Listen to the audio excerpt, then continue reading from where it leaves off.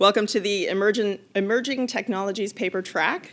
My name's Erin Pike, and I'm a research scientist at the Army Cyber Institute.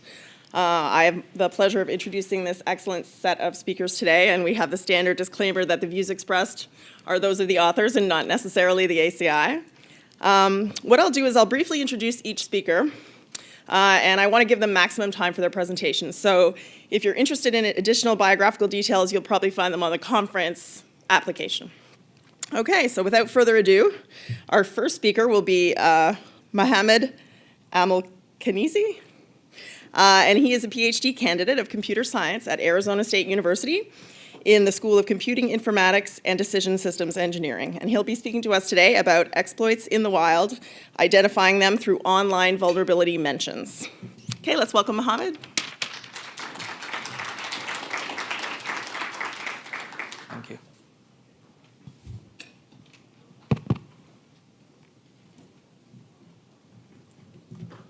Okay, hello everyone. This paper is titled Proactive Identification of Exploits in the Wild Through Vulnerability Mentions Online.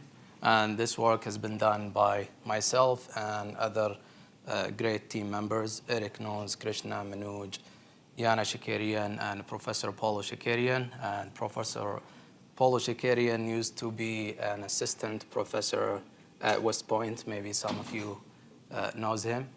And he says hi for anyone who knows him. And my name is Mohammed. Okay, so let's start with a little bit of background. First of all, what is the definition of vulnerability? Vulnerability is a flaw or flaws in a software product that can be made in code, in design, or in the architecture of the product, and can be exploited or leveraged in a way that violates the security policies. And it can compromise the availability, the integrity, or the confidentiality. And the typical vulnerability lifecycle starts with making the flaw, and then hopefully someone will discover the flaw, and then the flaw is reported to US CERT or any CNAs. CNA stands for CVE Numbering Authorities.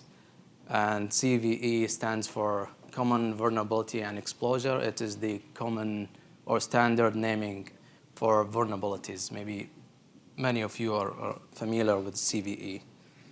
And after it is established that the flaw is an actual vulnerability and it can be exploited, and it is validated, a CVE number is reserved, and the software vendor is notified so they can fix the flaw and release patches.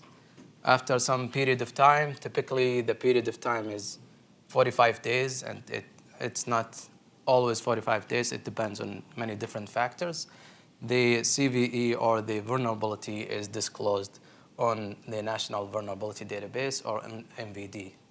NVD is the recognized National Vulnerability Database maintained by NIST. From a vulnerability management perspective, from enterprise view, the vulnerability management teams see or receives security advisories.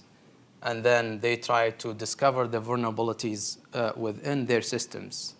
And there are many vulnerability scanning tools that can assess or assist in finding the vulnerabilities, and also penetration testing frameworks and tools that can help achieving this thing. And after discovering the vulnerabilities and knowing what weaknesses are there in the local systems or networks, it's important to prioritize the assets, the hosts, the systems, the networks, and also the databases and all kind of assets. Some databases are more important than other databases. Some systems are more sensitive than other systems. So the assets have to be prioritized and somehow quantify the prioritization should be a quantitative numbers. Also, the threats or the vulnerabilities needs to be ranked or prioritized. Some of the vulnerabilities are not important. Some of the vulnerabilities are highly likely going to be exploited. Some of them are not even exploitable. So it's important to identify the vulnerabilities that are threatened and start with these vulnerabilities. After figuring out or prioritizing the assets, the vulnerabilities, it comes to the point of addressing the vulnerabilities. And addressing vulnerabilities can be through remediating the vulnerabilities, installing patches, testing patches. This could be cheap, and in many cases, it could be very expensive. Sometimes the systems needs to be taken offline to apply patches and then put them back online. And the patches also needs to be tested. So sometimes it takes weeks and significantly high amount of manpower is involved in the patching process. Or we can mitigate the risk. We can apply antivirus intrusion detection systems. We can blacklist some of the signatures if we know about them, and maybe put some firewalls somewhere in the network. Or we can just accept the vulnerability. And this means temporarily ignore the vulnerability if the likelihood of exploitation is very low. And this process goes on and on as we receive more advisories. To give you an idea about the number of vulnerabilities, in 2017, there has been so far over 10,000 vulnerabilities disclosed. This is a very huge number. And it's almost going to hit the double number of the vulnerabilities that were disclosed in 2016. And out of these 10,000, only very tiny, small fraction were exploited in the wild. Around 3%. In our study, we only find 2.4% of the published vulnerabilities that had subsequently been exploited. There are some current methods that can measure the severity or the likelihood of exploitation, but these methods have many limitations. Amongst the well-known methods is the CVSS score, or the common CVSS score, the severity scoring system by NIST. Microsoft has also its own severity scoring system. Adobe also has one. But the question is, how useful are these methods in practice? Oops, sorry. I'm giving here two examples of well-known vulnerabilities that have received large volume of attacks in 2014 and in 2017. And this is the distribution of vulnerabilities over the CVSS score. And CVSS score starts from 0 to 10, 10 being the most dangerous vulnerabilities. WannaCry vulnerabilities, well known, received maybe the largest volume of attack in 2017. It was assigned a CVSS score of 8.1.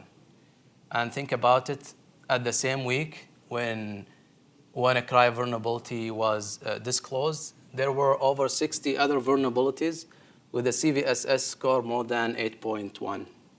So this poses great threats to the big enterprises and organizations. Heartbleed is another vulnerability from 2014. It's well known. I think it was the one that received the highest volume of attack on that year. It was assigned a CVSS score of 5.0. This is even less than the average. So there are many limitations with the current methods. How do we go about solving the problem? One of the limitations of the current methods is that they are static. Once they are set, they are set.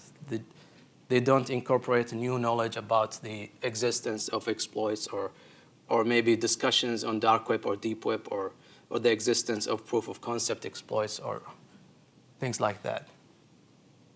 So can we predict the likelihood of exploitation using leveraging machine learning and AI technologies? If we have historical data, can we train machine learning algorithms and try to predict whether a vulnerability is going to be exploited or not, or at least rank the vulnerabilities and start with the ones that are more important than the others? Well, We look at different data sources, different cyber threat intelligence sources, and amongst which is the NVD, the National Vulnerability Database, which is a comprehensive database of software vulnerabilities. And we collect data from over 120 dark web and deep web sites. And these sites are identified, these sites with or have discussions related to hacking and malicious attacks and stuff like that. We filter out the content that is related to drug or carding or stuff irrelevant to cyber malicious hacking. And then we collect data from ExploitDB.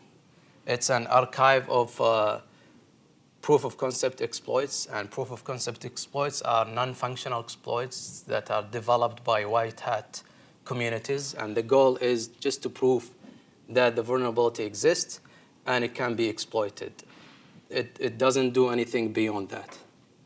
And also we obtain a database of disclosed vulnerabilities through a program funded by a company called Tipping Point, and this program is called Zero Day Initiative.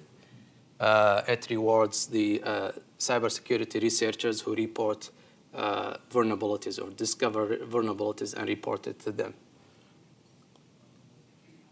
And then for our ground truth, to know what vulnerability has been or have been exploited and what are the vulnerabilities that haven't, we use semantic attack signatures. These are attack signatures of known vulnerabilities, and we, from the description of the attack signatures, we extract the CVE IDs, and then we label the CVEs that were exploited in the wild. And just to give you a rough idea about the framework, we have a framework that periodically collects data from dark web and deep web. And we plug into the framework scrapers or crawlers and parsers. The crawlers go and hit the dark web sites, get the HTML content, and then parsers extract the information or data from the HTML content and save it into a database. And then this runs periodically, like every day or every 3 days, depending on the dark web site or deep web site. By the way, do you know the difference between dark web and deep web? Okay, dark web is a network that is only accessible, it's not accessible through a normal browser. To access the dark web, you need another kind of browser like Tor or I2P. It's different kind of a protocol. Deep web can be accessed by any browser like Chrome or Internet Explorer. But the deep web is maybe more than 90% of the web is deep web. It's not accessible by everyone. For example, your bank account is only accessible by yourself. So this is known as deep web. There are forums, closed forums, invite-only scheme. You have to access the forum, you need to be invited, and then you can access the forums. And this are hacker forums. So that's the difference between dark web and deep web. We focus on the vulnerabilities that were mentioned, or that were disclosed in 2015 and 16. And this is the distribution per month. And we collected the data until the 3rd day of December 2016. This is why the small bar here. And this gives the numbers of vulnerabilities in each of the data sources. So EDB is ExploitDB. 800 means 800 of the vulnerabilities are mentioned or have proof of concept on EDB. Then this is our exploit prediction model. These are the different sources, and then we extract features from each one of these sources, and then we do feature selection. We label our data based on semantic attack signatures. We train machine learning algorithms, and then we predict the exploitability. We view the problem as a binary classification problem where the positive class is exploited or will be exploited. The negative class is not exploited or will not be exploited. This is the summary of the features. We have textual features, the NVD description, the description of the vulnerability, the dark web post content, We turn the text into TF-IDF, or term frequency inverted document frequency. So it turns the text into numerical measures. The CVSS score is a numeric, and also it has a categorical part they called CVSS vector. The language of the dark web is also a feature, and I'll talk about this. The presence of proof of concept on EDB, the presence or the disclosure on ZDI is a binary feature, and also the existence on dark web is a binary feature. We do some text pre-processing. If the content is not in English, we translate it first into English. We do some cleaning and vectorization into TF-IDFs. We use stop word removal and some basic stuff. You can find them in the paper. Now I'll give you some interesting results on some analysis of the vulnerabilities and exploits. The likelihood of exploitation, we found that only 2.4 of the total vulnerabilities are exploited in the wild. These are the vulnerabilities on the National Vulnerability Database. If it is also have a proof of concept, then the likelihood of exploitation is about 9%. If it is published on ZDI and it's on MVD, everything is on VD, is the comprehensive database. The likelihood of exploitation is 12%. If it is on dark web, discussed on dark web, then the likelihood of exploitation is about 14%. This table summarizes some of the numbers. The main takeouts from this table is the numbers of vulnerabilities in each of the data sources, and also this says that 40% of the exploited vulnerabilities have at least mentioned by one of these three sources, as well as the NVD. Regarding the language of the dark web postings, we found 4 languages, English being the most common or the dominant language, followed by Chinese, and we also found some postings in Russian and some posting in Swedish. An interesting thing we found is that about half of the vulnerabilities that were mentioned in Russian language were subsequently exploited, while the Swedish ones are 19%, although this is very few. Like the Swedish are 13 or 11, and 2 of them were exploited. English postings with vulnerability mentions, 13% of the vulnerabilities were exploited. Chinese, only 9%. So the setup for our experiments, we removed the vulnerabilities that were exploited before they were mentioned in any of the data sources, because we can just run a database query and see what of these were exploited, so no point of making predictions. We examined several machine learning algorithms, random forest, support vector machine, Bayesian network, logistic regression, naive Bayes, and some other algorithms. The best performing in our setting is random forest. And the evaluation matrix we used, precision, recall, and the harmonic mean between precision and recall, which is F1 measure, ROC curve, and area under the curve. Precision is the fraction of vulnerabilities that were actually exploited from all vulnerabilities that were returned by the classifier as being exploited. Recall is the fraction of the vulnerabilities that the classifier said exploited from the total number of exploited vulnerabilities. And this table summarizes the way they are computed. We do 2 sets of experiments. The first set is following real-world conditions, meaning the vulnerabilities are sorted based on their disclosure date, and then we do training testing split. 70% of the vulnerabilities, the first 70% on time, is used to train the classifier, and then the remaining is to test the classifier. And this is the ROC curve of our classifier, and this is the ROC curve achieved using CVSS score. The false positive rate we achieved is about 75% less than the false positive rate by the CVSS score. Area under the curve increased to 0.94. The perfect classifier achieves 1. So we're doing great. In terms of precision recall, we're way high than the CVSS score. Another set of experiments is evaluation with individual data sources, dark web, deep web, and ZDI and exploit DB. It's important to see if adding a particular data source will help or benefit the vulnerabilities that were mentioned on that particular data source.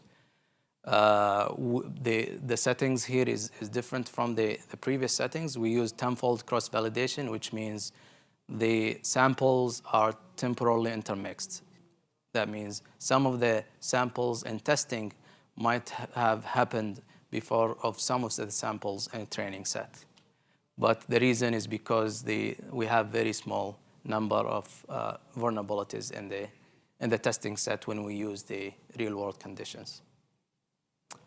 Okay, that concludes the paper. So future work would be adding more intelligence sources, using crowdsourcing techniques for exploit detection, because semantic is not a comprehensive source of exploited vulnerabilities. Posting to CPE or posting to the affected software mapping, and posting to vulnerability identification. Now we only know the vulnerabilities when it is explicitly mentioned in the post. So we can enhance this and maybe match the post with maybe the highest 3 or 4 or K vulnerabilities.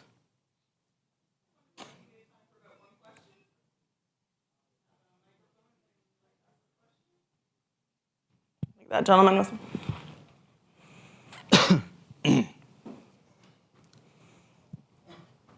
Was there any analysis done on the difference between the type of vulnerabilities found in those different data sets? I noticed when you were going to the dark web data set, there was like 20 vulnerabilities that weren't found anywhere else. Was there any qualitative analysis on what kind of vulnerabilities could only be found using that data source as opposed to the more publicly available data sources? We did analysis on different things, but the one that I remember is the vendor-based analysis. What is the most targeted vendor in dark web or in other sources? Almost the distribution, I would say, is uniformed. So if Microsoft has, say, 50% of the vulnerabilities on MVD, then on dark web, it would have about 50%. So it matches the NVD distribution. This is in terms of vendor-based analysis. I can't remember if we did other analysis. Is there something, okay, in particular? It covers all the software vendors, except the semantic data is more focused on Microsoft and Adobe product, because most of the semantics customers are using Microsoft Windows and Adobe products like PDF readers. It doesn't cover much of Linux platforms, and unless if the software can run on Microsoft as well as it can run on Linux or other systems. Okay, wonderful. If there's any further questions, I'm sure Mohammed would be happy to field some during the break. And thanks very much for your interesting talk. Thank you.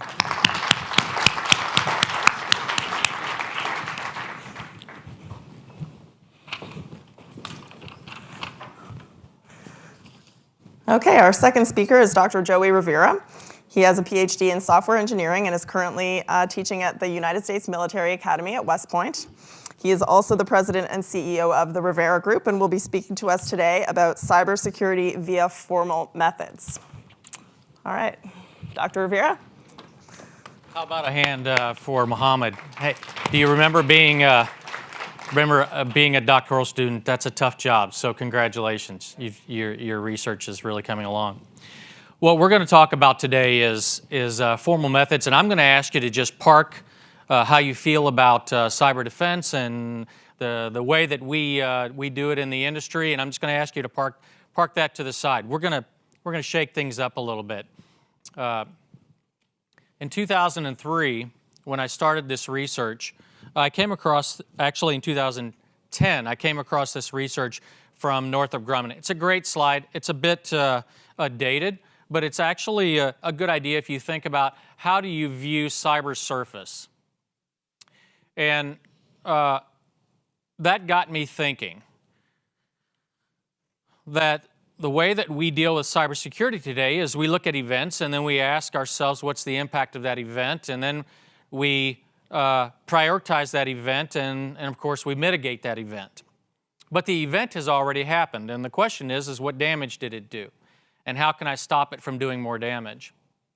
So that led to some research of how do I get in front of that? And how do I stop that event from happening in the first place? Well, there's a problem in software engineering, and I won't go over it today, but it's called state explosion. And it's the problem behind formal methods. And the crux of state explosion is that if you try to calculate all possible ways that software can be used, you will run into a number that's impossible to be calculated. As a matter of fact, mathematicians have, and this is not Joey saying this, it's been proven since the 1950s, that moderately complex software can equate to 2 to the 64th power of total combinatorial possibilities. And that's the reason why we can't go through every single trace in even moderately complex systems. 2 to 64th power, by the way, is more atoms than you can see with your naked eye in the universe. So we haven't had the ability to be able to go through and traverse all possible ways that software can be used. So we use formal methods or semi-formal methods in the way of just validating the way it should be used. And those are, of course, formal and informal requirements. But I was interested in how can we get back to finding unwanted states in software. And I want to do that before somebody else does. So I want to find it in the development cycle. I want to find it in the test, in the QA cycle, pre-prod. Then I made it even tougher. I said, hang on a second. If all things happen in time, and what we're going to talk about today is an approach of formal methods using temporal logic, meaning everything happens in some order of time, then that means that we have 3 types of behavior: human behavior, system and behavior, and environmental behavior. Which, if I go back to that first slide and how we look at the cyber surface, we have a mix of all 3 of these things that are a problem with cyber defense. Today, we can't even get our arms around the system problems, but we have a problem with all 3. So we look at the 4 types of behavior. This quad looks fairly simple. It took 5 years to come up with. So the top left, unknown and wanted, the top right, known and wanted behavior. Those are your formal requirements, the way the system should run. Okay? The unknown and wanted behaviors are who would have guessed that you would have used this system this way, but I'm okay with it. You're not violating anything, but I'm all right with that. But they were unknown. The known and unwanted are your bugs. And then the bottom right one is the unknown and unwanted, and those are the ones that keep us up at night. Fairly simple explanation of a quad, of a way of looking at all possible behavior. So if we take all possible behavior and everything happens in time, and we use simple arithmetic or simple algebra, we know that if we can find bugs and we know what known and wanted behaviors are, we can get to the unknowns and unwanteds. Sounds a lot easier than it is. So we designed a framework, and this took us 9 years. And my company, I'm a reserve officer, so I teach at West Point as a reserve officer, but my company has been working on this for 9 years. And $25 million later, we decided that this is the hierarchy of enterprise behavior. Behavior meaning something happens in some event or some event happens in some space and time. I talk to you, you hear it, and you think about it and you respond to me. Those things can happen in traces that are immeasurable by some space and time. And then we related them, strategic planning, all the way through the network and actually endpoints and how endpoints talk through. And so we mixed human and environmental and system events all in the same model. And we could ask questions now. Can a human event or a system or an environmental event or any combination of those result in an unwanted state? That was the Holy Grail. What you're looking at is 235,000 traces inside. That's actually the VA's system of systems called Vista. And you're shaking your head. You know how complex it is. It's been around since the 1950s, I think. It's written in a language called MUMPS, amongst many others, Delphi and a few others. And what you're seeing here is 100% automated. So we read in their business processes, we read in their system code, and we analyzed if they didn't have system code and they had COTS products, then we analyzed the EXE and the log files and the config files. And then we asked this model questions. Can I get from this system to this system without going through this system? Right? And what we can do as humans, and what we have found out is that humans are really fairly accurate, fairly being relative, at telling you the first order of impact. So if I make a change here, I know that that change is related to this system, and this system. It's the second and third order and end orders of impact after this that humans lose our credibility in being able to identify that. And that's what that's what formal methods is all about. It's allowing us to be able to say, no, don't make a change here because this system shares data with this system, and that system gets the data from this system. And if you've gone through large enterprises and you've been a part of big change, that's exactly what happens. We call the most knowledgeable people we know. We say we're getting ready to make this change, and he who has any problem with it has to raise their hand, and then everybody crosses their fingers and we roll the change to production. That's exactly what happens. Because humans are incapable of understanding this. It's neither good nor bad, and no one believes the documentation that's on the shelf that was written and is now obsolete 1 minute after we put it on the shelf. It is what it is. What we say is, let's put all of that into a system, and let's ask the system questions, because the system doesn't lie.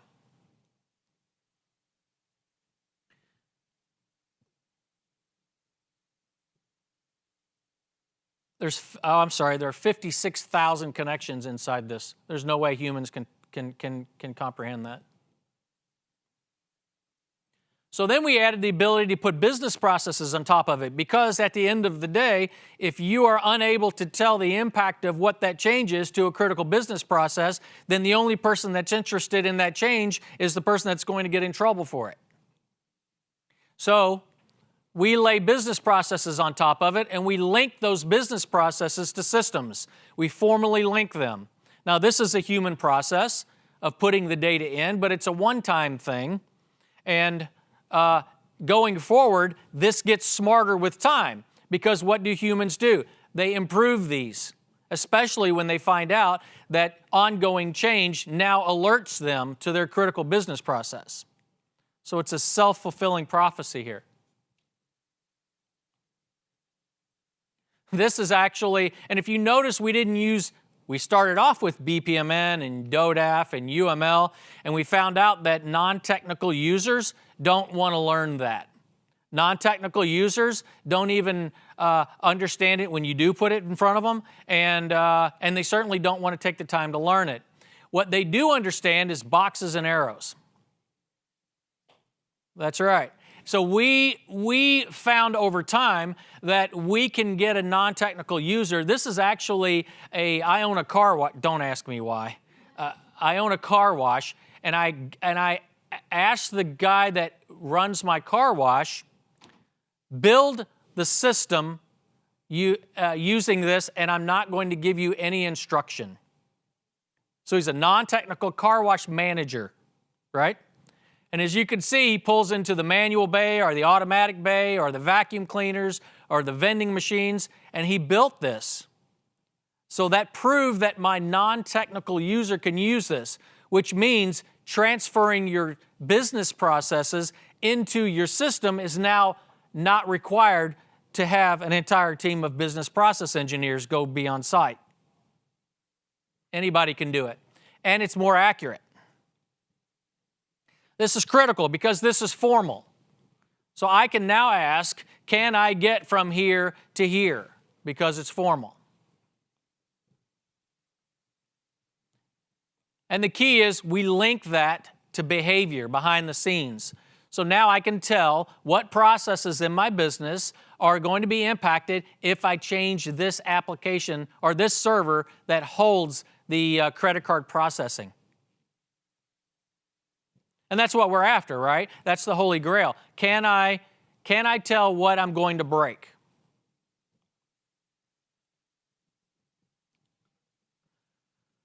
So,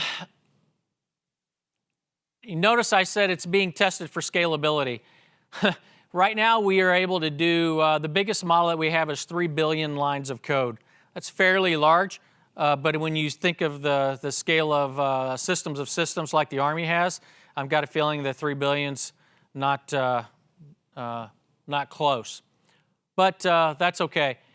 We rolled this to market last year, and it's just been incredibly successful. Some of the takeaway notes here is, and especially this goal right here, is the goal of transferring the enterprise protection responsibility from humans to systems. That's key. So what we want to do is create a model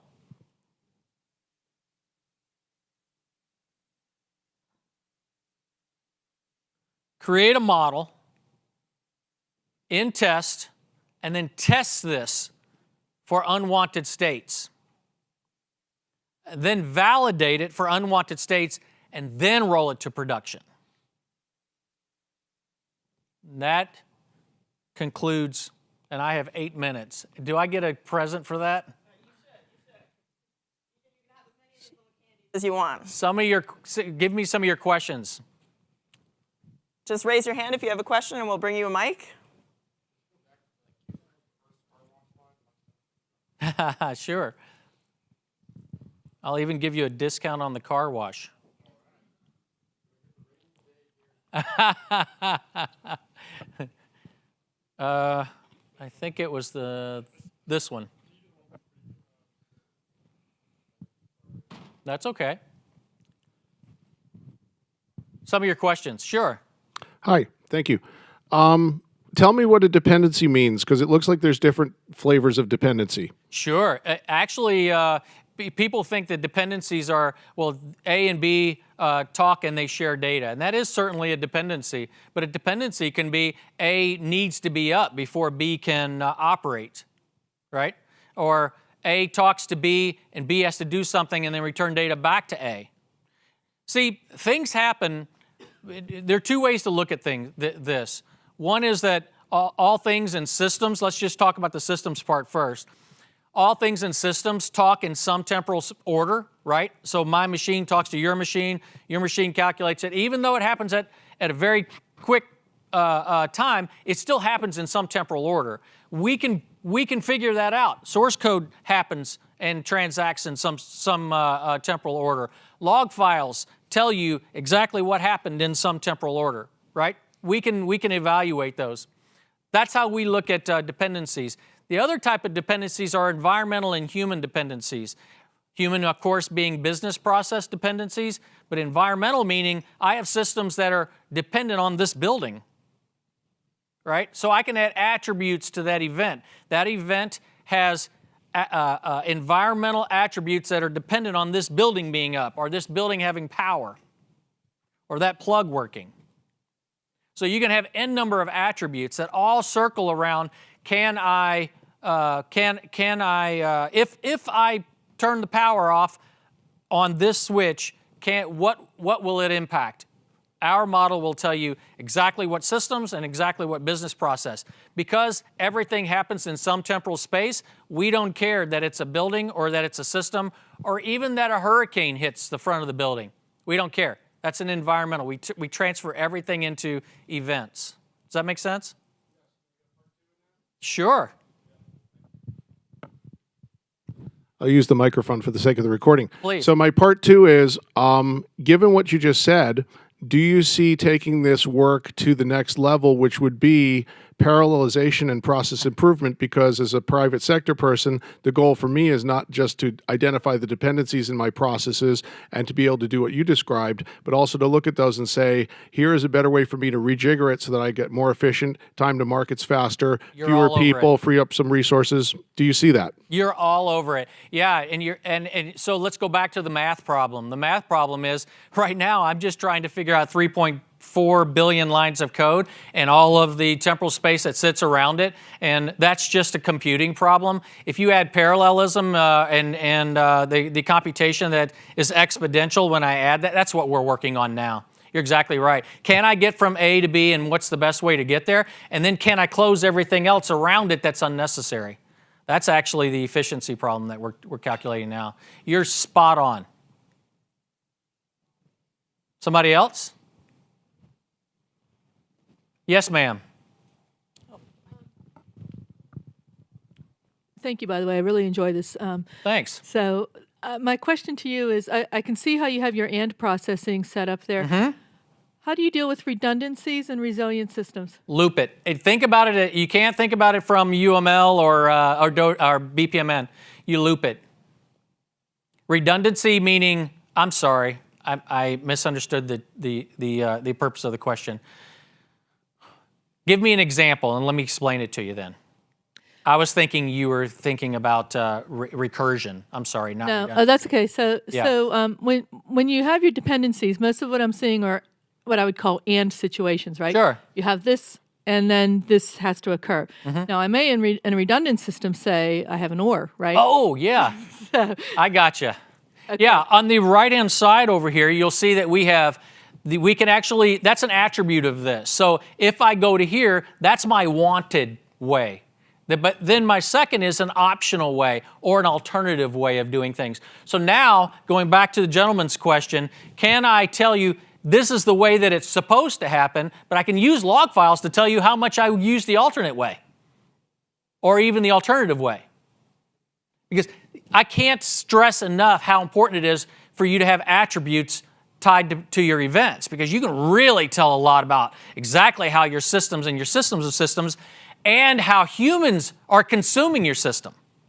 It's an amazing, we have I don't have it here, we have a heat map capability that looks at an entire system of systems and tells you exactly how your humans are using your system.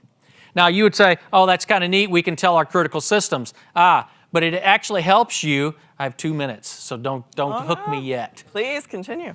It actually helps you plan for next year, right? Why should I fund this project? Well, because it's red, and it's being consumed. Yeah, it helps you prioritize.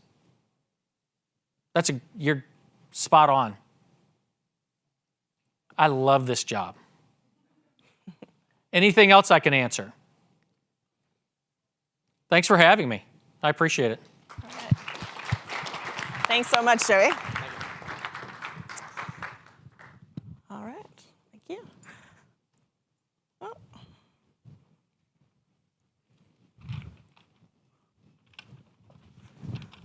All right. Our final speaker in this session will be Ms. Elsa Kanya. She is the co-founder of the China Cyber and Intelligence Studies Institute here in Washington, D.C., and she'll be speaking to us today about quantum technologies and U.S.-China strategic competition. Let's welcome Elsa.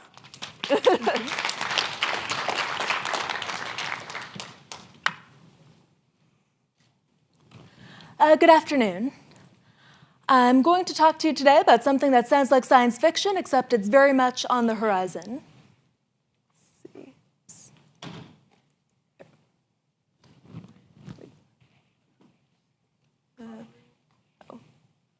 There we go, sorry.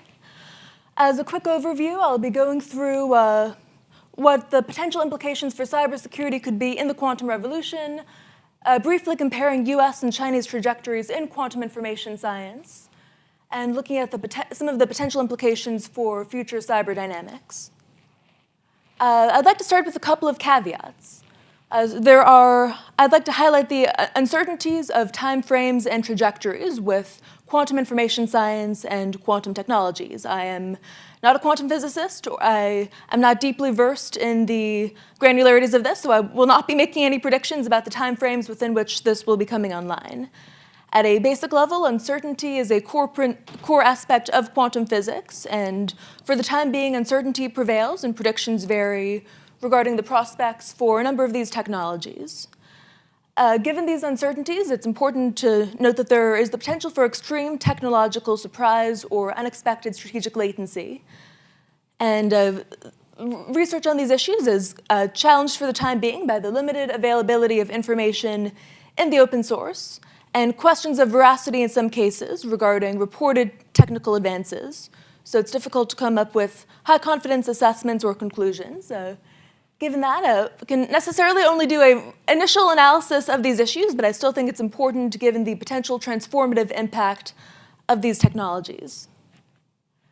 I will not be giving a detailed explanation of quantum information science or quantum technologies, but as a very basic introduction for those of you who are less familiar with it, at a basic level, quantum technologies take advantage of the phenomenon of superposition, thinking of a particle as existing across all possible states, as rather morbidly illustrated by the Schrodinger's cat thought experiment, a cat that's a dead-alive, alive-dead cat, depending on circumstances, as well as the notion of entanglement, which was initially dismissed by Einstein as spooky action at a distance. Even spookier and more reminiscent of science fiction is the notion of quantum teleportation, which takes advantage of takes advantage of entanglement to transmit information. The notion that any sufficiently advanced technology is indistinguishable from magic comes to mind here, but these technologies are increasingly progressing beyond laboratory advances towards actual applications. We may be on the brink of what has been characterized as a second quantum revolution that could change the way we use, transmit, and protect information. The use of quantum cryptography, primarily at present involving the technique of quantum key distribution, involves the secure exchange of one-time pads in quantum states, can enable quantum communication systems that are theoretically unhackable, but that in actuality can be vulnerable to some forms of hacking and spoofing. Among many potential applications, quantum computing can be powerful enough to overcome most prevalent forms of encryption using Shor's algorithm to factor. And looking forward, there will also likely be a number of impactful commercial and military applications of quantum sensing and metrology, including quantum radar and quantum navigation, for instance. The advent of the second quantum revolution, so to speak, is occurring against the backdrop of what might be characterized as intensifying US-China strategic competition in science and technology. In his remarks last month at the 19th Party Congress, Xi Jinping called for China to become a science and technology superpower and a nation of innovation.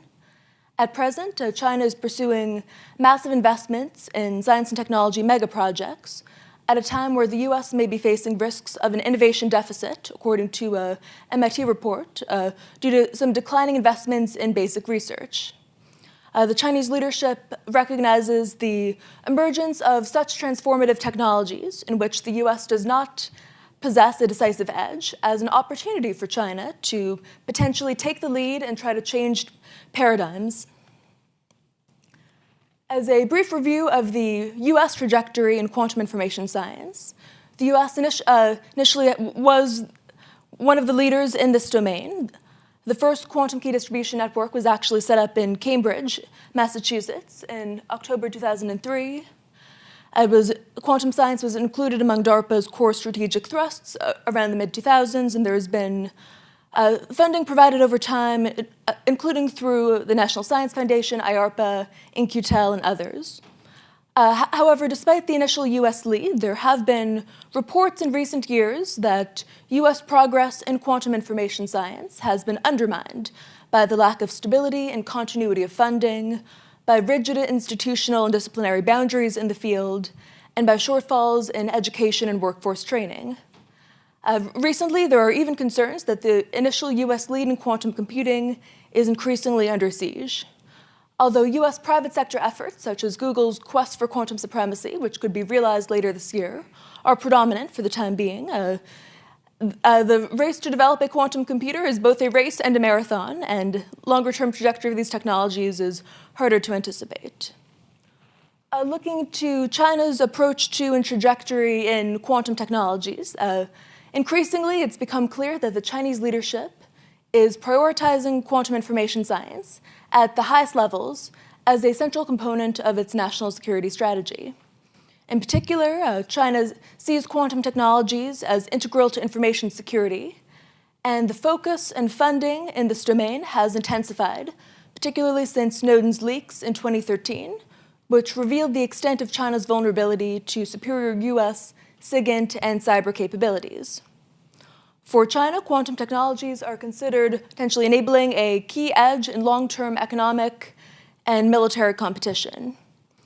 Consequently, the Chinese government has provided sustained support and funding through a number of national science and technology plans, particularly since the early 2000s, and which at present include such plans as the National Key R&D Plan, the National Science and Technology Innovation Plan, and has also designated quantum communications and computing as a national mega-project prioritized for advances by 2030. Of note, China's new National Laboratory for Quantum Information Science, announced earlier this fall, will become the world's largest quantum research facility and could receive billions in funding. The lab will focus on advances in quantum computing, seeking to catch up with the forefront of international advances and building upon Chinese scientists' initial progress in a couple of baby quantum computers using such techniques as a photon quantum computer and superconducting qubits. In particular, it's become clear that China is a leader in the domain and in the implementation of quantum communications. In August, August 2016, China launched the world's first quantum satellite, Moza, which has been used in a series of groundbreaking experiments. This fall, China also launched a Beijing-Shanghai quantum communications network that, using optical fiber, that has entered into use for sensitive government, military, and commercial communications. In the years to come, these networks will be scaled up to national, perhaps even global levels. And also of note, this summer, there were a couple of further groundbreaking advances in this discipline, including successful ground-to-satellite quantum teleportation at a distance of 1,400 kilometers, space-to-ground quantum key distribution, and Moza, the quantum satellite, was even used to enable a secure video call.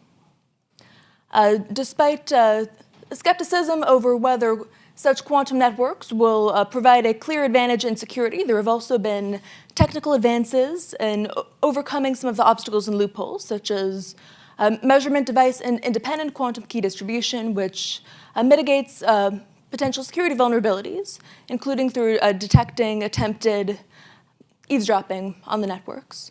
There was just earlier this week, I believe, an advance announced in quantum secure direct communication, which involves the direct transmission of the message itself rather than simply a one-time pad in quantum form. And here's a quick illustration of Mesius, or Moza, China's quantum satellite, and the techniques and experiments it's enabled. So there has been considerable debate about quantum communication, and the US and China have come down on very different sides in terms of the extent to which they're prioritizing it and how they see its impact. Chinese leaders hope to achieve something akin to absolute security through quantum communications, but in practice, given the vulnerabilities, whether at endpoints or potential human manipulation, absolute security might prove chimeric. There have been demonstrations of potential means through which to hack, spoof, or interfere with quantum communications, though continued technical advances could mitigate these vulnerabilities. In the real world, beyond the laboratory, despite initial successes in implementation, there will continue to be challenges, and these networks could, in practice, be fragile and vulnerable to different forms of interference. There are some potentially interesting applications, including, given the apparent viability of quantum communications underwater, there's been some thought that these could potentially be used for secure communications with submarines. Now, to turn to some of the potential implications for future dynamics in the cyber domain. Potentially, the realization of quantum communications and, in the future, quantum computing within varying timeframes could impact the offense-defense balance within the cyber domain. Quantum computing, given its ability to overcome prevalent forms of encryption, could enable a leapfrogging in terms of offensive capabilities. Quantum cryptography and communications, on the other hand, could enable a form of technological deterrence by denial when implemented at scale through causing systemic changes that enhance overall levels of security. Whereas investments in quantum computing could provoke arms race dynamics, greater investment in quantum cryptography and communications, by contrast, could potentially be stabilizing if it mitigates the structural security dilemma within this domain. Of course, the actual effect of quantum technologies will depend upon the degree to which they're implemented and the time frame, and this is where the divergence between US and Chinese approaches could be significant. If China is able to shift the broader ecosystem of its information systems to quantum and quantum-resistant encryption more quickly, whereas the US hasn't started to move in this direction as aggressively. Remains to be seen what the timeframes will look like and how much time will be available for a transition to quantum-resistant encryption after quantum computing comes closer to a reality. These technological trajectories could result in potential information and intelligence asymmetries in the future. Given the potential realization of quantum computing, and estimates vary widely, but 30 to 50 years is one prominent Chinese scientist has predicted before this is easier to use for this application, for instance. Given this coming technological disruption, nation states could have the option of a wait-and-see approach to collecting currently encrypted data in large quantities with the anticipation that it will become possible to decrypt it once quantum computing becomes online. Likely within our lifetimes, though again, the time frame is difficult to tell at this point, quantum computing could enable attacks upon the availability and integrity of satellites and communication systems upon which modern warfare relies in ways that are currently inconceivable, which could radically disrupt dynamics within the information domain. Such an ability to decrypt sensitive intelligence and communications could provide an extreme intelligence and offensive advantage in peacetime and wartime contingencies alike. Given the apparent divergences between US and Chinese approaches, including differences in the scale of investments and the prioritization of this technological domain, there could be information and intelligence asymmetries between them. And there's also the possibility that if quantum communications is able to undermine, complicate, or otherwise compromise current techniques of intelligence collection, or at the very least require greater investment of resources in ways that could be disruptive, there could be potential destabilization in this way as well, insofar as intelligence has traditionally been a stabilizing force, especially in contentious relationships between adversaries, and lesser access to it could exacerbate current security dilemmas. The interesting and at present unanswerable question may be whether China could tilt the future intelligence and military balance in its favor through its pursuit of quantum computing as it shifts its own communications to more secure networks. In conclusion, as we approach the advent of the potential second quantum revolution, there are clear divergences between US and Chinese approaches to date. China is openly aspiring to lead the second quantum revolution and appears to be betting heavily on quantum technologies. The US does not appear, based on the information available, to be investing or prioritizing advances in quantum information science at a comparable scale. Looking forward, US-China strategic competition could be shaped by uncertain technological trajectories influenced by these choices. At this point, it's an open question how disruptive or transformative quantum technologies will actually prove to be. From the perspective of certain Chinese military academics, quantum cryptography has been characterized as a magic weapon, been a call for the use of quantum communications throughout the Chinese military, then highlighting of quantum computing as highly disruptive in offensive employment, and one Chinese military academic even characterized the strategic significance of the advent of quantum technologies as on par with nuclear weapons. According to one Chinese military officer, the information age is undergoing a leap towards the quantum information age, and quantum technologies are the forward position for great powers' comprehensive national power and in future strategic contests of military power. Potentially, despite the uncertainties in technological trajectories, we could see a future in which quantum technologies neutralize the technological advantages associated with today's information-centric ways of warfare, epitomized by the US model, even resulting in a new model of military power through quantum power in the cyber domain and beyond.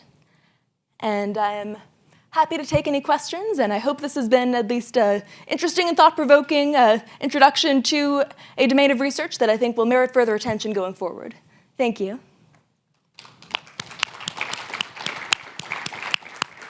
A great presentation. Question, it appears that a lot of the U.S. research is taking place in organizations like Google. And then for China, how much of the research is taking place in the private domain versus the government, or is it too difficult to separate? And did you account for all of that in your analysis? Sure. So certainly in the US, Google seems to be taking the lead. Similarly in China, you have companies like Alibaba investing majorly in quantum computing. A recent announcement of a $15 billion fund for investments in disruptive technologies to include quantum computing. And there have been partnerships, for instance, between Alibaba and the Chinese Academy of Sciences. I think one of the interesting or unique aspects of China's approach to science and technology in this domain is the backdrop of a national strategy for military-civil fusion, through which advances in Chinese laboratories and companies might be more readily turned towards military purposes. So the private sector in China is starting to become more active, often closely in partnership with government research institutions, and both investing heavily in and of itself and receiving considerable government funding. But did you find access whatsoever to the amount of resources Google puts into quantum computing? I don't know off the top of my head of the amount that Google has invested to date, but I think certainly the US private sector is currently in the lead in quantum computing by most accounts. Chinese researchers are actively going all out by one characterization to catch up, and difficult to compare aggregate levels of investment given the secrecy in some cases or lack of full public information on this, but I think certainly Google is a major and probably the predominant player for the near future. Well, great presentation. A quick question about earlier on. I know you said that there were several factors that were undermining progress within the U.S. when it comes to quantum technology, funding, manpower, institutional roadblocks, policies. Is it pretty uniform across all those factors as to undermining that progress, or is one a bigger offender than the other? So I can't speak with precision to the conditions in quantum information science in the US, so that observation came from a couple of different government reports on the topic. I think seems that one major factor, though hard to know how to weigh them, would be the lack of consistent funding and lack of adequate levels of funding. And I think certainly the tendency, so at present China is creating a national quantum information science laboratory that takes an interdisciplinary approach, bringing together scientists from all relevant disciplines to work on a variety of quantum technologies. There isn't anything comparable in the US to date that I'm aware of. Thank you.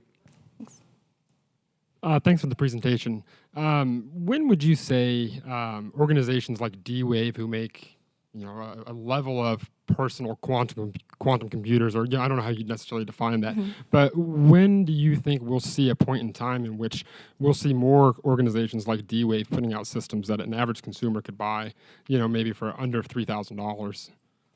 So D-Wave actually, although often characterized as a quantum computing company, technically is a form of quantum annealing that enables sort of optimization. So in essence, a very powerful hammer for a certain category of problems. So very far from a universal quantum computing that could run a variety of software and algorithms for a variety of applications. So D-Wave does seem to be doing quite well and enabling a cloud computing model for different companies to gain access to its systems. I believe Alibaba has recently, through its cloud computing unit, launched a similar capability where you can access, planning to launch the ability to enable access to quantum computing via cloud computing. So I think that will be a model we're likely to see going forward, even if IBM has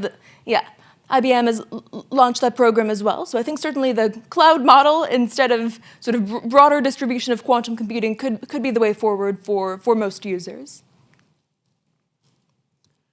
Once again, thank you for your presentation. To follow up on his question, I think there's a tendency to think of quantum computing in the context of, or try and relate it to general computing models. Can you kind of highlight some of the key differences between when you talked about getting quantum computer as a personal computer? Obviously, like you said, quantum computing is a very specialized tool. It's a brute force hammer, really good at some things, not so good at other things. Can you highlight some of the key differences between, what we come to know as a general computing or a personal computer and a quantum computer, and really what the significance difference is, as well as, do you think the lead China has on quantum computing development has to do with an understanding of the application of quantum computing, and that's led to a greater degree of funding in the program itself? Sure. So in many respects, quantum computing versus classical computing is apples and oranges, in the sense that you almost have to start over in terms of finding algorithms and forms of software that will work on quantum computers that could be very different from those we're using at present in conventional computing. Heard the analogy that quantum computing now is like classical computing back in the 50s or 60s, where you have essentially very big boxes or very exquisite systems that are difficult to use, have a limited number of applications, but are looking to be tremendously powerful. So we're probably, according to Pan Jianwei, China's leading quantum physicist, whose assessment of the technology I would trust over my own, he's claimed we're 30 to 50 years away, potentially, from full purpose or broader applications of quantum computing, where it could be easier to program.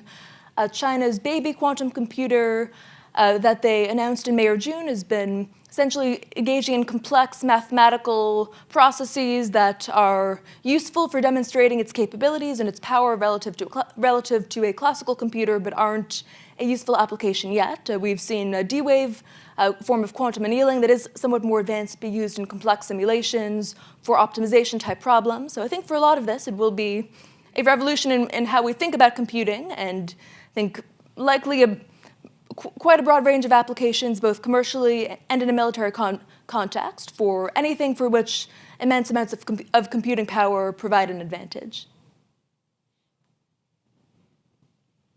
Are there any further questions? Okay, well, let's thank Elsa for her interesting talk. And so this concludes this session, and there will be a networking break for the next half hour, and sessions will resume at 2:30.